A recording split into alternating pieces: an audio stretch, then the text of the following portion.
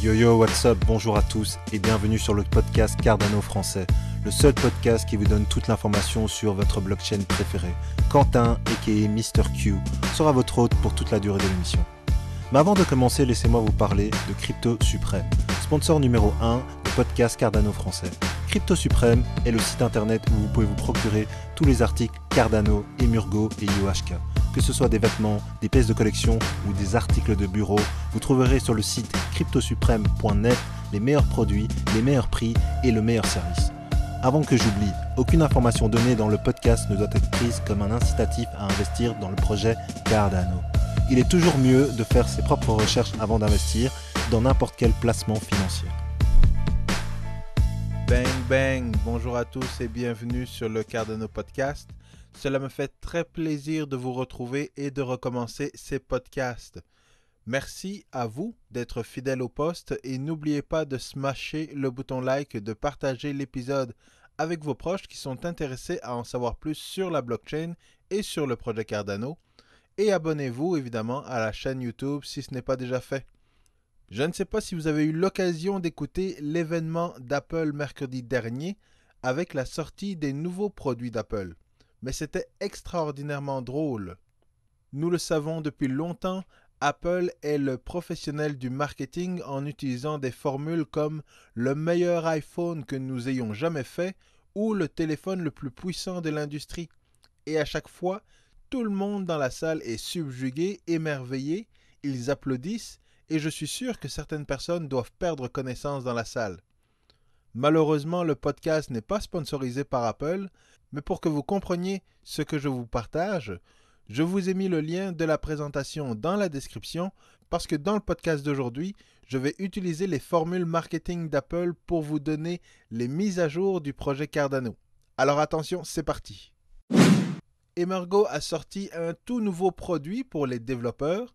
Tangata Manu est la nouvelle version de Icarus, qui est une librairie de fonctionnalités pour que les développeurs puissent créer des applications comme des wallets, des explorateurs et bien d'autres choses sur la blockchain Cardano.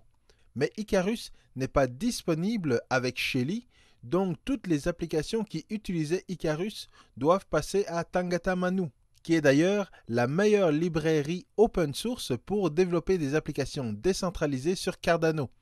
Et le lien vers GitHub sera disponible dans la description et vous pouvez utiliser Tangata Manu dès aujourd'hui sur GitHub.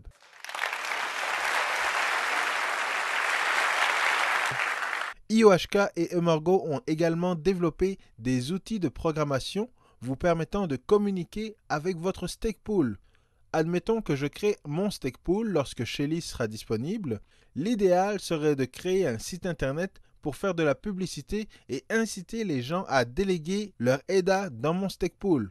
Je pourrais également programmer ou demander à un développeur de me créer des outils de gestion pour configurer mon stake pool. J'y afficherai toutes les informations pertinentes et je les rendrai disponibles aux personnes qui m'ont délégué leur ADA. Il est certain que toutes les personnes qui créeront des stake pools auront toutes les fonctionnalités dans Daedalus et Yoroi. Cependant, le projet Cardano offrira des API. Ce sont des outils pour que les programmeurs puissent donc communiquer avec leur stake pool sans passer par Daedalus et Yoroi. Cela n'a jamais été fait avant dans le projet Cardano et IOHK ainsi que Emurgo sont fiers de vous offrir ces fonctionnalités disponibles dès aujourd'hui sur GitHub.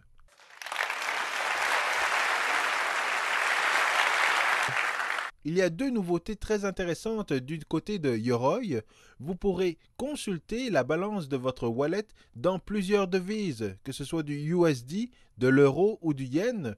Cela sera beaucoup plus simple pour la conversion et il y aura également la possibilité d'attacher un mémo pour la transaction. Alors vous vous demandez peut-être quel est l'intérêt de mettre un mémo pour une transaction. Eh bien, c'est tout simplement la première phase d'interopérabilité avec les systèmes actuels.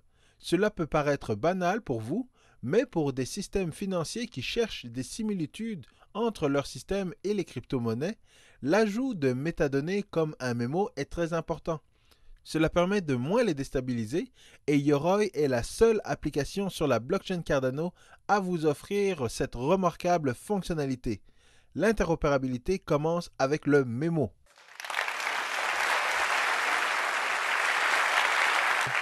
Cardano permettra également la gestion de plusieurs signatures pour une transaction au niveau du protocole de base. Ce que cela veut dire est que les wallets ne passeront pas par un contrat intelligent pour que plusieurs personnes puissent signer une transaction.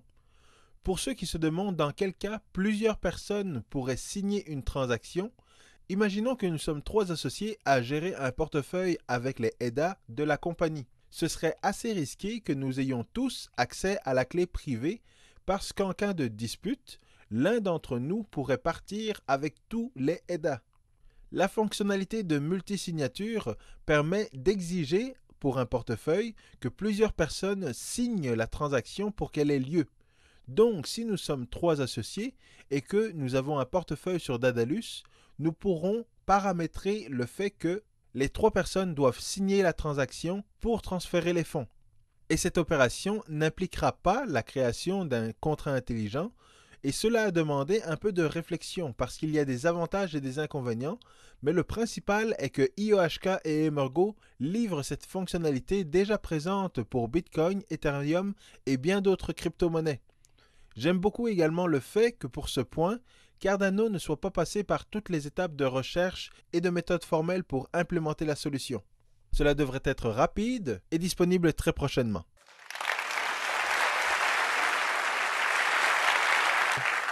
L'équipe de Plutus continue à travailler sur Kogon afin d'être prêt à livrer le tout sur le mainnet rapidement après Shelly.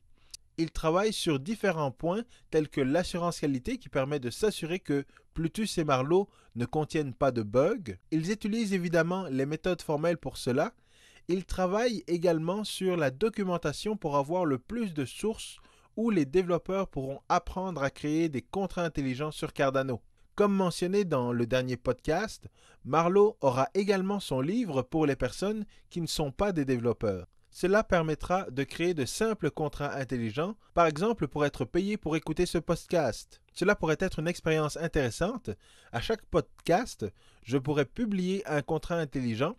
Il pourrait y avoir un mot-clé dans la vidéo et si vous m'envoyez le montant d'EDA correspondant à la minute où j'ai prononcé le mot-clé, le contrat intelligent pourrait vous envoyer le double d'EDA. Donc par exemple, si le mot-clé est chaussure et que je dis chaussure à la 3e minute du podcast, vous m'envoyez 3 EDA à l'adresse du contrat intelligent et vous recevrez 6 EDA. Et tout cela pourrait se faire facilement avec Marlowe, parce que Marlowe est le meilleur langage dédié sur la planète et il a été créé par la brillante équipe d'IOHK.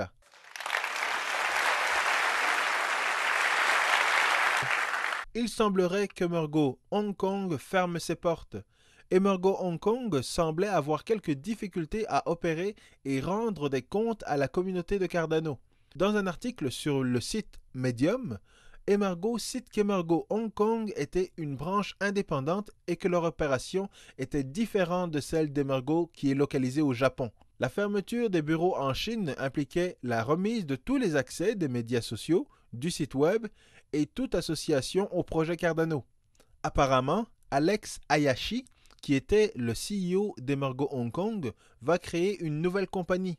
Cette compagnie va continuer de s'occuper du seul projet qui était sous la responsabilité d'Emurgo Hong Kong et Emurgo au Japon va s'occuper des communications entre les deux entités d'ici la dissolution de la branche chinoise. C'est dans des cas comme celui-ci que je réalise la fragilité et le manque de maturité de certains projets blockchain et certaines compagnies. J'ai rencontré Alex Hayashi au IOHK Summit et je n'aurais jamais deviné qu'il était le CEO d'Emurgo Hong Kong parce qu'il semblait être l'interprète de Ken Kodama. Et pour ceux qui ne savent pas qui est Ken Kodama, c'est le CEO d'Emurgo Japon. Ken Kodama et Charles sont très différents évidemment, mais quand vous les rencontrez, vous devinez que vous ne vous adressez pas à n'importe qui.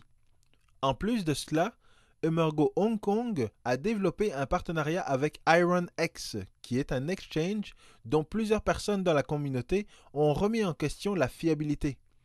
Bref, c'est une bonne chose qu'Emurgo ait fait le ménage dans toute cette histoire.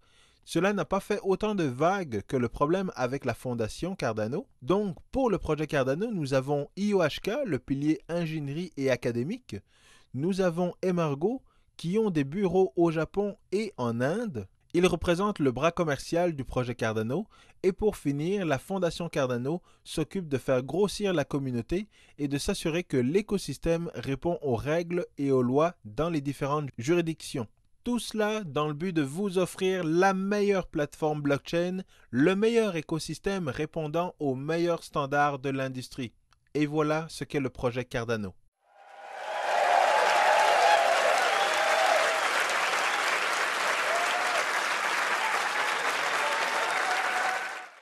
Alors je termine là-dessus, cela a été très drôle de faire cet épisode et si vous l'avez aimé, n'oubliez pas de smasher le bouton like et de partager l'épisode avec vos proches. On continue la discussion sur le groupe Telegram Cardano France et je vous retrouve très bientôt pour une entrevue avec Max, Cardano ambassadeur qui nous expliquera son parcours dans le monde de Cardano. À très bientôt, peace!